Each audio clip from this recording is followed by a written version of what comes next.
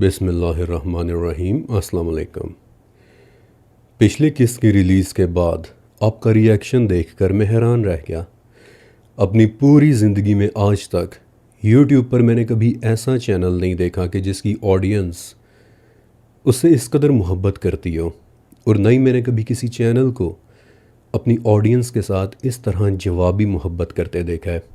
جس کا ایک ثبوت یہ ہے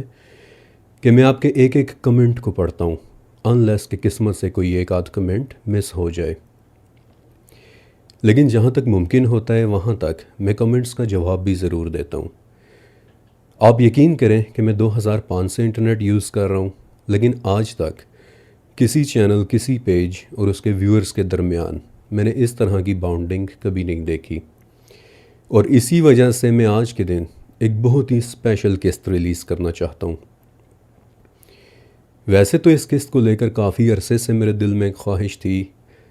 لیکن بس ایک سیزن کے بعد دوسرا سیزن اور ایک سیریز کے بعد دوسری سیریز کی وجہ سے یہ قسط ہر مرتبہ پینڈنگ ہو جاتی تھی، ڈیلے ہو جاتی تھی۔ لیکن اس مرتبہ کسی بھی پروجیکٹ کو شروع کرنے سے پہلے یہ والی قسط میں لازماً ریلیز کرنا چاہتا تھا، اور یہ قسط ہے کہ آپ خود کو اور اپنے گھر والوں کو اللہ کی حفاظت میں کیسے دے سکتے ہیں، کیسے آپ خود کو اور اپنے گھر والوں کو ہر قسم کے حسد، بری نظر، جادو اور شیاطین سے محفوظ رکھ سکتے ہیں، الا یہ کہ کوئی ایسی آزمائش آنی ہو کہ جو اللہ کی طرف سے نصیب میں لکھ دی گئی ہے۔ کیسے ہم فرقان قریشی بلاگز پر بنے ہمارے اس خوبصورت تعلق کو حسد کرنے اور برا چاہنے والوں کی نظروں سے محفوظ رکھ سکتے ہیں، کیسے آپ اپنے بچوں کو اللہ کی حفاظت میں دے سکتے ہیں، اپنی بیماریوں کا علاج کر سکتے ہیں۔ آج جو کچھ بھی میں آپ کو بتانے والا ہوں، کم سے کم میری زندگی میں یہ چیزیں 100% ٹیسٹڈ ہیں، اور پچھلے ایک مہینے میں ان باتوں نے مجھے بہت زیادہ مدد دی ہے۔ اور آج کی اس قسط کے بارے میں چاہتا ہوں کہ آپ اسے اپنے پاس ڈاؤن لوڈ کر کے ہمیشہ کے لیے محفوظ کر لیں، اسے اپنے فیملی ممبرز کو دیں۔ جو کچھ میں آپ کو بتانے والا ہوں اسے اپنے بچوں کو سکھائیں، اور آپ دیکھیں گے، انشاءاللہ آپ دیکھیں گے کہ اللہ رب العزت کیسے جگہ جگہ پر آپ کی حفاظت کرے گا، الا یہ کہ آپ کے لیے کوئی آزمائش لکھ دی گئی ہو۔ ایک تابعی تھے حضرت وہب ابن منبہ رحمۃ اللہ علیہ۔ تابعی یعنی کہ وہ شخص کہ جس نے ڈائریکٹ صحابہ کرام رضی اللہ تعالیٰ عنہم اجمعین سے اپنی تعلیم حاصل کی ہو۔ اور وہب ابن منبہ نے کس لیول کے صحابہ سے علم حاصل کیا تھا، یہ آپ ان کے نام سن کر پہچان لیں گے۔ حضرت ابو ہریرہ رضی اللہ تعالیٰ عنہ، عبداللہ ابن عباس رضی اللہ تعالیٰ عنہ، انس بن مالک رضی اللہ تعالیٰ عنہ، یعنی کہ وہ ٹاپ کے صحابہ کی جن کی روایات آج ہمیں حدیث کی ٹاپ کی کتابوں میں نظر آتی ہیں۔ اب وہب ابن منبہ کی ایک بات بہت خاص ہے کہ یہ اپنے زمانے کے بہت بڑے اسکالر تھے، اور دین اسلام کا علم تو ان کے پاس تھا ہی، لیکن جو بات بہت زیادہ فیسینیٹنگ ہے وہ یہ کہ وہب ابن منبہ کے پاس قرآن کے علاوہ 92 آسمانی کتابوں اور صحیفوں میں دی گئی معلومات کا بھی علم تھا۔ 92، ہمیں صرف 4 کے نام پتہ ہیں: توریت، زبور، انجیل اور قرآن مجید۔ وہب کہتے تھے، اور ان کا یہ کہنا ہمیں داؤد ابن قیس کے ذریعے پتہ چلتا ہے، کہ میں نے 92 آسمانی کتابوں اور صحیفوں کے متعلق علم سیکھا ہے، اور ان میں سے 72 ایسی ہیں کہ جو آج بھی مختلف عبادت گاہوں، کلیساؤں اور گرجا گھروں میں رکھی ہوئی مل جاتی ہیں، لیکن 92 میں سے 20 کتابیں اتنی نایاب ہیں کہ جن کا شاید کسی کو پتہ بھی نہ ہو کہ وہ آخر ہیں کہاں پر۔ اس بات پر میں زیادہ زور اس لیے دے رہا ہوں کہ وہ 7th سینچری عربیہ کا زمانہ تھا۔ اللہ جانے کن کن قدیم عبادت گاہوں میں جا کر ان کے گرد سے اٹے ہوئے تہہ خانوں میں سے ڈھونڈ ڈھونڈ کر وہب ابن منبہ نے وہ ڈیوائن لٹریچر اکٹھا کیا ہوگا۔ آئی وش کہ کبھی میں بھی ان کتابوں کو دیکھ سکتا ہوتا۔ انفیکٹ یہ بات بہت کم لوگ جانتے ہیں کہ اسلامی تاریخ کی سب سے پہلی کتاب اخبار المادیین بھی وہب ابن منبہ رحمۃ اللہ علیہ ہی نے لکھی تھی، اور آج دنیا میں اس کتاب کی صرف ایک کاپی بچی ہے، صرف ایک کاپی، اور وہ بھی اس وقت کسی عرب ملک میں نہیں بلکہ ایک جرمن شہر ہائیڈلبرگ میں موجود ہے۔ اور اس پر عربی زبان میں تاریخ لکھی ہوئی ہے، سنِ کتابت 228 ہجری۔ اور آئی ہیو بین لکی انف کہ میں نے بھی 1100 سال پرانی اس کتاب کے کچھ اوراق کو پڑھ رکھا ہے۔ اینی اپنے دور کے اس قدر بڑے اسکالر حضرت وہب ابن منبہ کہتے ہیں، اور آپ نے بہت غور سے سننا ہے، کہتے ہیں کہ میں نے قدیم کتابوں میں اللہ کا ایک فرمان لکھا دیکھا ہے کہ مجھے میری عزت کی قسم کہ جو شخص مجھ پر بھروسہ کرے اور مجھے تھام لے تو میں اسے اس کے دشمنوں سے ضرور بچاؤں گا، کیونکہ جب میں کسی کی حفاظت کرنا چاہوں تو زمین و آسمان کی تمام مخلوق مل کر بھی اسے کوئی نقصان نہیں پہنچا سکتی، اور جب میں کسی کو نقصان پہنچانا چاہوں تو زمین و آسمان کی تمام مخلوق مل کر بھی اسے نہیں بچا سکتی۔ انگلش زبان میں کہتے ہیں کہ let that sink in, imagine کریں، اس بات کے پیچھے چھپی عظیم طاقت کو امیجن کریں، اور ایک مرتبہ آپ کو یہ طاقت سمجھ آ گئی تو یہ آپ کو کسی ٹرک کی طرح ہٹ کرے گی، اور آپ کا دل فوراً چاہے گا کہ 1 منٹ سے پہلے آپ خود کو اللہ کی حفاظت میں دے دیں۔ بائی دا ویز ایک چیز کہ میں سمپلی یوں بھی کہہ سکتا تھا کہ وہب ابن منبہ نے ایسا کہا ہے، لیکن ان کا مختصر سا تعارف دینے کا مقصد یہ تھا کہ آپ کو تاریخ کے عظیم اسکالرز اور ان کے علم کے متعلق بھی پتہ چلے، اور اس سے آپ کے علم میں بھی اضافہ ہو، جو کہ الٹیمیٹلی آفٹر آل اس چینل کا اولین پرپز ہے، آپ کے ساتھ اپنے علم کو شیئر کرنا۔ اب اس سے پہلے کہ میں آپ کو حفاظت کے متعلق حدیثیں، دعائیں اور ان کا تھوڑا بیک گراؤنڈ بتاؤں، پہلے میں آپ کے ساتھ ایک واقعہ شیئر کرنا چاہتا ہوں۔ ویسے تو یہ واقعہ کچھ دن پہلے میں نے ایک پوسٹ کے اندر لکھا بھی تھا، لیکن پوسٹ کی ریچ بہت کم ہوتی ہے، اور اسے زیادہ سے زیادہ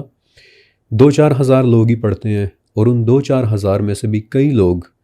پڑھنا سے صرف اس لیے چھوڑ دیتے ہیں کہ اب اتنا لمبا کون پڑھے گا۔ لیکن ویڈیوز کئی ہزار لوگوں تک آسانی کے ساتھ پہنچ جاتی ہیں، اور چونکہ ویڈیوز کے اندر پھر میں آرٹ ورک بنا کر بھی ایڈ کر دیتا ہوں، اس لیے ان میں ایک طرح کا ویژول انٹرسٹ سا بھی پیدا ہو جاتا ہے۔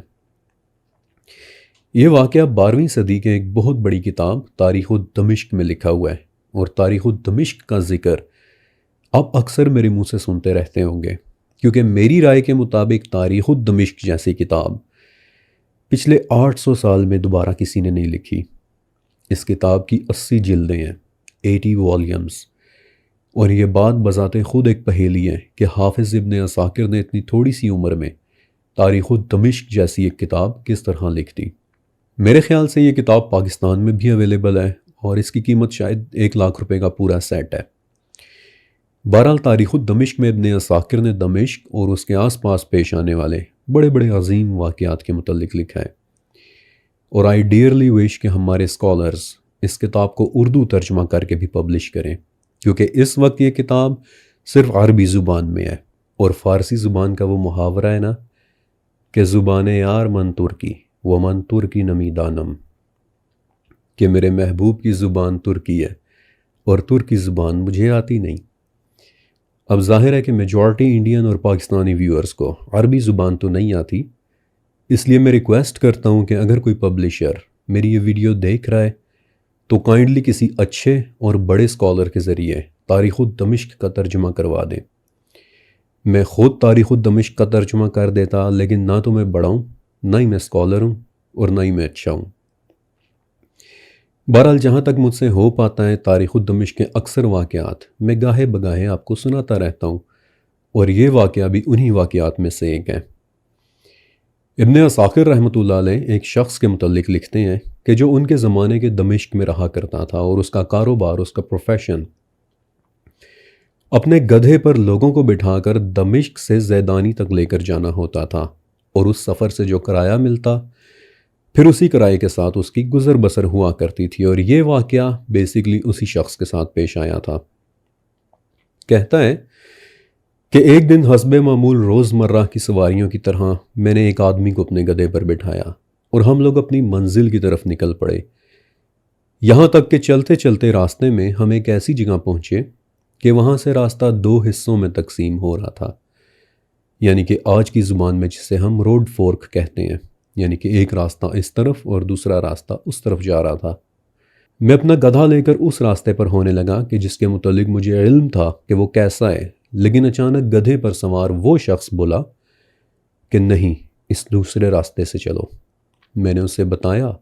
کہ یہ راستہ میرے لیے انجان ہے، مجھے اس کا نہیں پتہ۔ تو وہ کہتا کہ تم پریشان مت ہو، مجھے اس راستے کا پتہ ہے، یہ ہمیں جلدی ہماری منزل تک پہنچا دے گا، تم بس ادھر سے ہی چلو۔ تو میں اس کی ضد کے آگے خاموش ہو گیا اور اپنے گدھے کو اسی انجان راستے کے اوپر ڈال دیا، یہاں تک کہ چلتے چلتے ہم ایک بیابان، ایک گھنے جنگل میں پہنچے، ایک عجیب جگہ کہ جہاں ہر طرف لاشیں ہی لاشیں بکھری ہوئی دکھائی دے رہی تھیں، اور ان لاشوں کو دیکھ کر میری روح فنا ہو گئی، یہاں تک کہ میں نے مزید آگے جانے سے انکار کر دیا اور اس شخص کو بولا کہ بس میں اب یہاں سے واپس جانا چاہتا ہوں۔ لیکن اچانک وہ شخص اپنے گدھے سے اترا اور اپنا خنجر نکال کر میری طرف لپکا۔ میں گھبرا کر پیچھے کی طرف ہٹا اور پوری قوت سے بھاگنے لگا، لیکن وہ آدمی بے حد پھرتیلا تھا، اس نے فوراً بھاگ کے مجھے پکڑ لیا۔ میں اس کے قدموں میں گر کر رونے لگا اور اس کی منتیں فریادیں کی کہ بے شک تم میرا گدھا رکھ لو، بے شک تم میرا سامان رکھ لو، میری جیب میں جو پیسے ہیں وہ بھی رکھ لو۔ لیکن اس کے سر پر تو جیسے مجھے قتل کر دینے کا جنون سوار تھا۔ جب میں نے دیکھا کہ یہ کسی صورت میری بات نہیں مان رہا تو مجھے بھی موت اپنی آنکھوں کے سامنے منڈلاتی دکھائی دینے لگی، اور آخر میں نے اس سے درخواست کی کہ اچھا پھر مرنے سے پہلے کم از کم مجھے 2 رکعت نفل ہی پڑھ لینے دو۔ اس بات پر وہ آدمی تل ملا اٹھا، لیکن مجھے جلدی نماز پڑھنے کا کہہ کر خود انتظار کرنے لگا۔ میں نماز کے لیے کھڑا ہوا، لیکن نماز تھی کہ خوف کے مارے میری زبان پر ایک حرف تک نہیں آ رہا تھا۔ قرآن تھا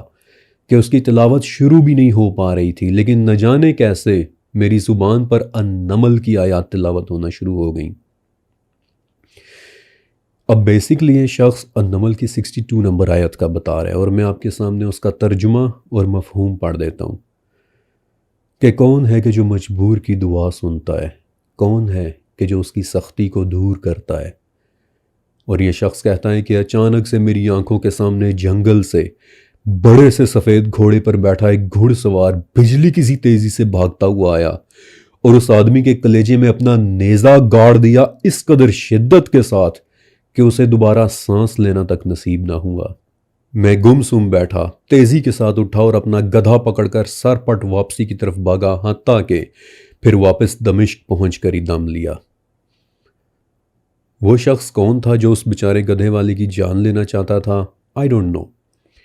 Maybe a psychopath, maybe a serial killer, maybe we'll never know. لیکن اگر یہ واقعہ سچ ہے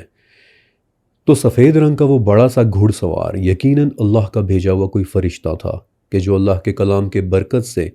اس گدھے والے کو بچانے کے لیے آیا تھا۔ اور اس طرح کے کئی واقعات آپ کو ملٹیپل کتابوں میں مل جائیں گے، کیونکہ حفاظت کرنے والے فرشتوں کا ذکر تو سورہ طارق میں بھی ہے کہ کوئی ایسا نہیں کہ جس پر نگہباں فرشتہ نہ ہو، طارق آیت نمبر 4۔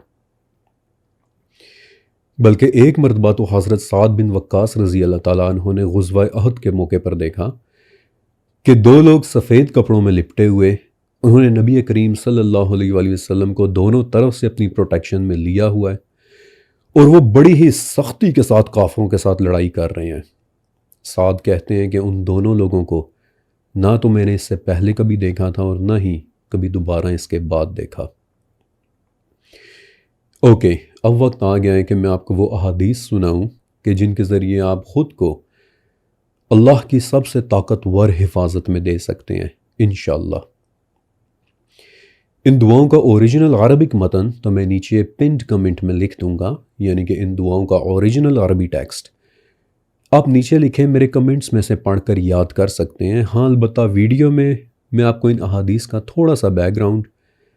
اور ان کا اردو ترجمہ ضرور بتاؤں گا، تاکہ ایٹ لیسٹ آپ کو اندازہ ہو جائے کہ کون سی دعا کس مقصد کے لیے ہے اور کس موقع پر وہ دعا نبی کریم صلی اللہ علیہ وآلہ وسلم نے اپنے صحابہ کو پڑھنے کے لیے سکھائی تھی۔ ان میں سے سب سے پہلی دعا مسند احمد میں ہے، حدیث نمبر 15461، اور یہی حدیث پھر السلسلۃ الصحیحہ میں بھی ہے، حدیث نمبر 2847، اور اس میں حضرت عبد الرحمن ابن خنبش رضی اللہ تعالیٰ عنہ کے جو کہ ایک انتہائی معمر اور بوڑھے صحابی تھے، ایک عجیب واقعہ سناتے ہیں کہتے ہیں کہ ایک رات مختلف قسموں کے بھیانک شیاطین اور جنات گھاٹیوں سے نکل نکل کر اور پہاڑوں سے اتر اتر کر نبی کریم صلی اللہ علیہ وآلہ وسلم کی طرف آنے لگے، اور ان کا ارادہ معاذ اللہ آپ کو نقصان پہنچانے کا تھا، اس حد تک کہ ان میں سے ایک شیطان ایسا بھی تھا کہ جس کے ہاتھ میں آگ کا ایک عجیب شعلہ تھا کہ جسے وہ نبی کریم صلی اللہ علیہ وآلہ وسلم کے مبارک چہرے پر پھینک دینا چاہتا تھا کہ اسی وقت حضرت جبرائیل علیہ السلام نیچے آئے، اور حدیث کے الفاظ ہیں کہ وہ شیطان وہیں رک گیا اور پیچھے ہٹنے لگا۔ جبرائیل علیہ السلام نے آپ صلی اللہ علیہ وآلہ وسلم کو کہا کہ یا رسول اللہ کہیے۔ آپ نے پوچھا کہ کیا کہوں، اور تب جبرائیل علیہ السلام نے آپ کو یہ دعا سکھائی، اور یہاں سے یہ دعا شروع ہوتی ہے، اور میں آپ کو اس کا اردو ترجمہ بتا رہا ہوں، عربی متن آپ کو نیچے کمنٹ میں مل جائے گا کہ کہیے، میں اللہ کے ان تمام کلمات کی پناہ میں آتا ہوں کہ جن سے کوئی نیک اور کوئی بد آگے نہیں بڑھ سکتا، ہر اس چیز کے شر سے کہ جو اس نے پیدا کی اور پھر زمین میں پھیلا دی، ہر اس چیز کے شر سے کہ جو آسمان سے اترتی اور اس میں چڑھتی ہے،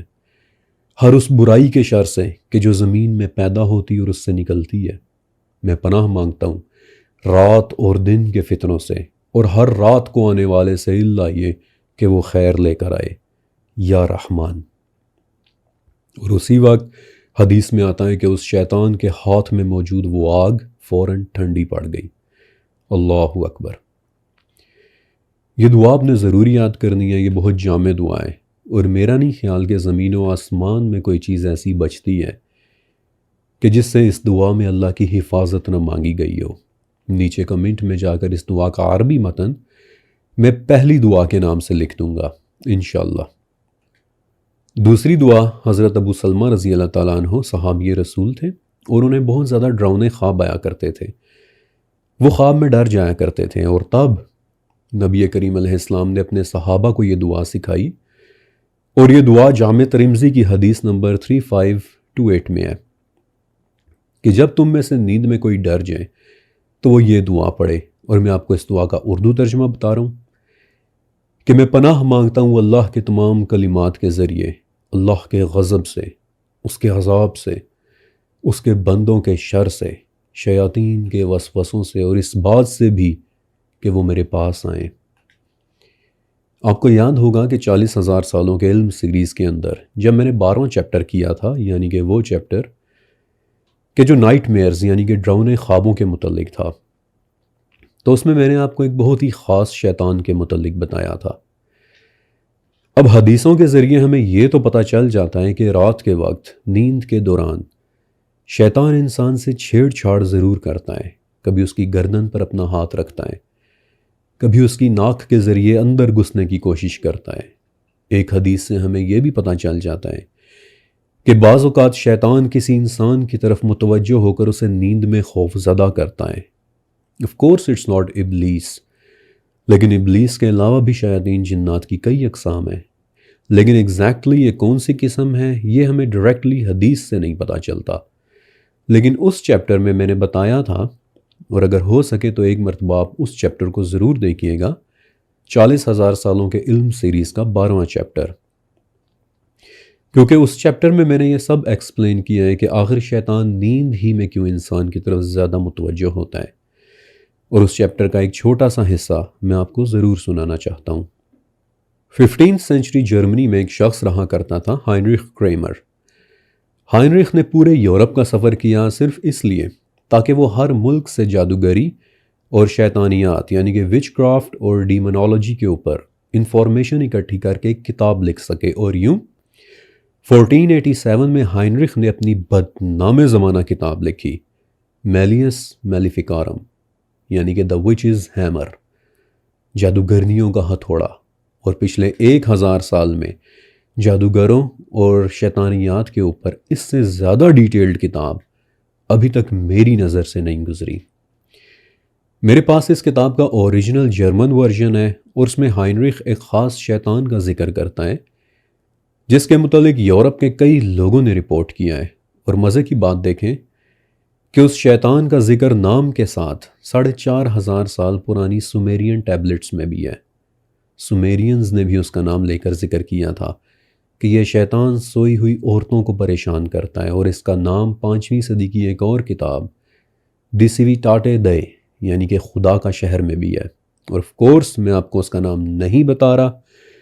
کیونکہ یہاں میں نے آپ کو اس کا نام بتانا ہے اور ادھر آپ سب نے گوگل کھول کر اسے ڈھونڈنے لگ جانے، اور بیسیکلی مجھے اس سے مسئلہ نہیں ہے،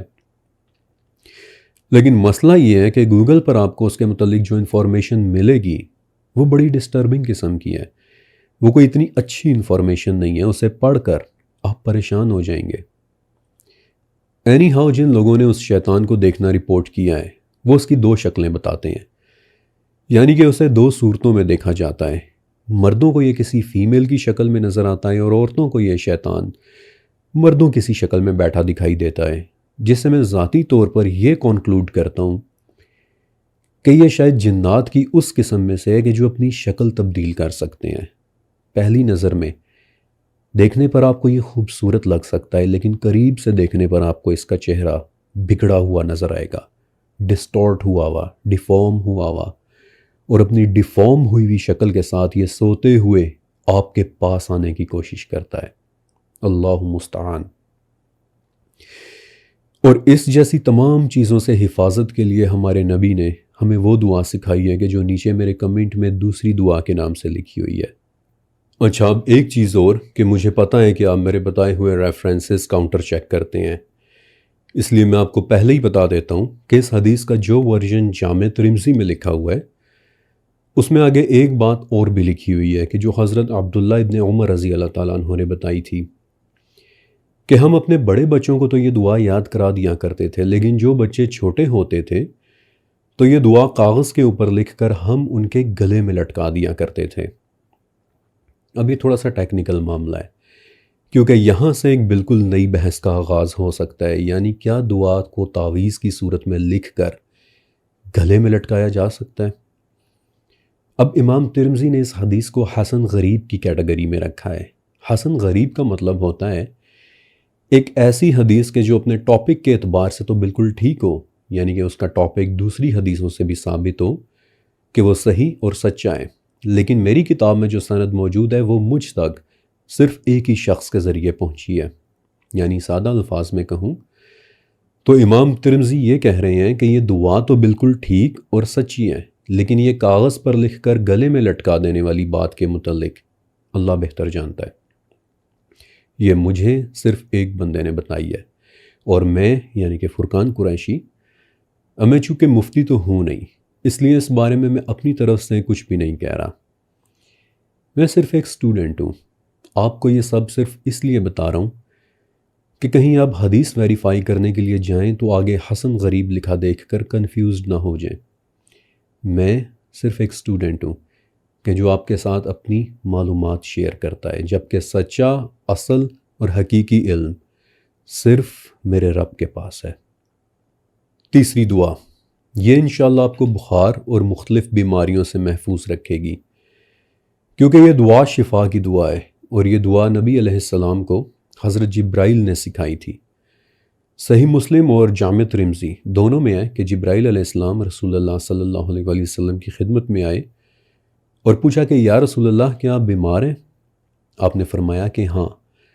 تو اس پر جبرائیل علیہ السلام نے نبی صلی اللہ علیہ وآلہ وسلم کو ان الفاظ کے ساتھ شفا کا دم کیا کہ میں آپ کو اللہ کے نام سے دم کرتا ہوں، ہر اس چیز سے کہ جو آپ کو تکلیف دے، ہر حسد کرنے والے کے حسد سے اور ہر بری نظر سے اللہ آپ کو شفا دے۔ میں نے آپ کو اس دعا کا اردو ترجمہ بتایا ہے، جبکہ اس کا عربی متن آپ کو نیچے پنڈ کمنٹ میں تیسری دعا کے نام سے لکھا ہوا مل جائے گا۔ خود بھی یہ دعا پڑھ کر اپنے اوپر دم کریں، اور اگر آپ کے گھر میں کوئی بھی بیمار ہے، بہن، بھائی، بیٹا، بیٹی، آپ کے والدین میں سے کوئی، تو ان پر بھی دم کریں، اور جب بھی آپ ایسا کریں تو ایک مرتبہ میرے لیے بھی ضرور دعا کر دیجئے گا۔ اوکے، چوتھی دعا کہ جو اسپیشلی آپ کے بچوں کے لیے ہے، یہ دعا سنن ابو داؤد میں لکھی ہوئی ہے، حدیث نمبر 4737، اور یہ بالخصوص بچوں کے لیے ہے، لیکن اسے اپنے اوپر بھی پڑھ کر پھونک سکتے ہیں۔ یہ دعا میرے کمنٹ میں چوتھی دعا کے نام سے موجود ہے، اور اس کے متعلق حدیث میں آتا ہے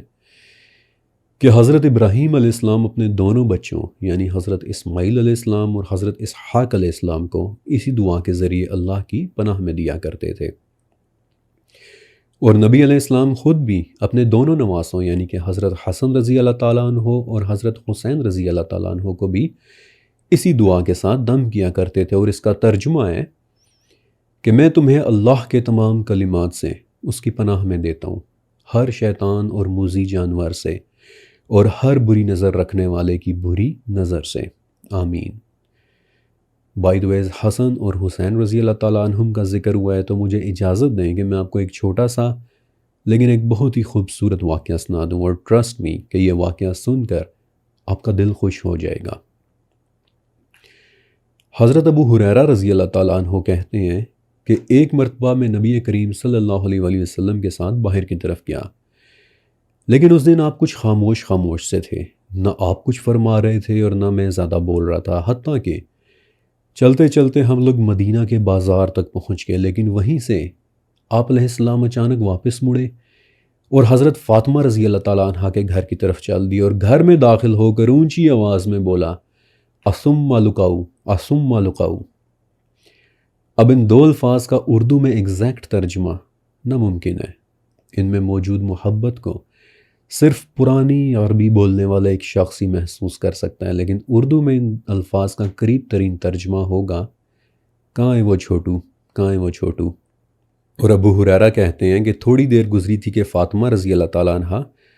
حضرت حسن رضی اللہ تعالیٰ عنہ کو نہلائے دھلائے، صاف کپڑے پہنائے، خوشبو لگائے ہوئے لے کر آئیں، اور حسن بھاگ کر اپنے نانا کے گلے لگ گئے،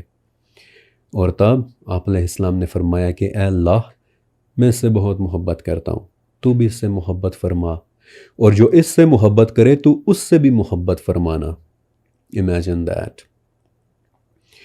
یہ پوری حدیث صحیح مسلم میں ہے، فی الکتاب مناقب الصحابہ، فی الباب من فضائل الحسن والحسین، والیوم 6 پیج نمبر 102، اور اسے آپ کے ساتھ شیئر کرنے کا مقصد آپ کو ہمارے دین کے متعلق وہ نایاب علم دینا ہے کہ جسے کوئی بتاتا ہی نہیں ہے۔ یہی ابو ہریرہ تھے اور یہی حضرت حسن تھے آپ علیہ السلام کے پاس بیٹھے ہوئے کہ آپ علیہ السلام نے حسن رضی اللہ تعالیٰ عنہ کا بوسہ لیا، جیسا کہ ہم چھوٹے بچوں کو پیار کرتے ہیں۔ تو اس وقت ایک اور صحابی اقرا بن حابس رضی اللہ تعالیٰ عنہ بھی آپ علیہ السلام کے پاس بیٹھے ہوئے تھے، تو وہ کہتے ہیں کہ یا رسول اللہ، آپ کو پتہ ہے میرے 10 بچے ہیں، لیکن آج تک میں نے ان میں سے کسی ایک کا بھی بوسہ نہیں لیا۔ اب واللہ عالم اقرا اس بات سے شاید یہ ثابت کرنا چاہ رہے ہوں کہ ان کا دل کتنا مضبوط ہے، لیکن دیکھیں کہ آگے سے نبی علیہ السلام نے کیا فرمایا کہ اقرا، جو لوگوں پر رحم نہیں کرتا آگے سے اس پر بھی رحم نہیں کیا جاتا۔ یہ حدیث سنن ابو داؤد میں ہے 5218، اور یہی اقرا بن حابس تمیمی ایکچولی وہی صحابی ہیں کہ جب نبی علیہ السلام خطبہ دے رہے تھے اور آپ نے فرمایا کہ اللہ نے تم پر حج فرض کر دیا ہے، تو وہ بڑا مشہور واقعہ ہے، اور آپ نے یقیناً سنا ہی ہوگا کہ ایک شخص نے پوچھا کہ یا رسول اللہ، کیا ہر سال فرض کیا ہے؟ تو وہ شخص یہی اقرا بن حابس تمیمی تھے، اور ان کے اس سوال پر آپ صلی اللہ علیہ وآلہ وسلم خاموش رہے، لیکن بعد میں کہا کہ اقرا، اگر میں ہاں کہہ دیتا تو پھر واقعی ہر سال کے لیے حج واجب ہو جاتا۔ یہاں پہنچ کر ہماری آج کی یہ قسط کمپلیٹ ہوتی ہے، اور میری دل سے خواہش ہے کہ آج آپ نے اس سے بہت کچھ سیکھا ہوگا۔ آج تک میں نے اپنے چینل پر 115 ویڈیوز اپلوڈ کی ہیں، لیکن کبھی میں نے آپ کو یہ نہیں کہا کہ شیئر کریں، سبسکرائب کریں وغیرہ وغیرہ، کیونکہ ان چیزوں نے کبھی مجھے اٹریکٹ نہیں کیا۔ لیکن یہ وہ واحد ویڈیو ہے جس کے متعلق میں آپ کو ضرور کہوں گا، آپ کو ریکمینڈ کروں گا کہ اسے لائک بھی کریں